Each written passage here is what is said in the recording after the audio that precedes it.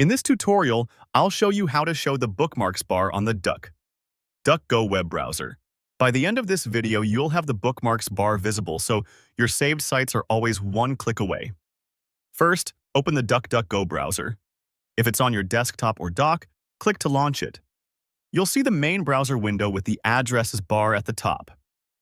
Next, click the menu, shown as 3 dots. Look for the 3-dot icon in the corner of the browser window and click it to open the menu. From the menu, select Settings. This opens the settings screen where you can change how the browser looks and behaves. Now, go to Appearance.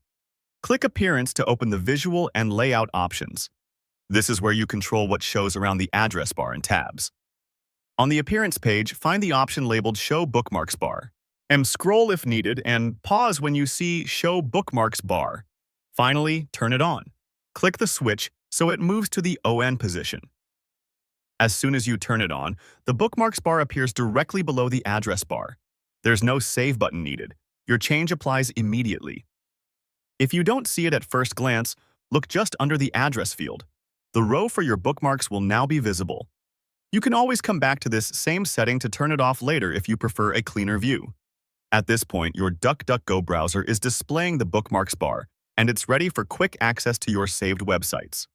The setup is complete and working.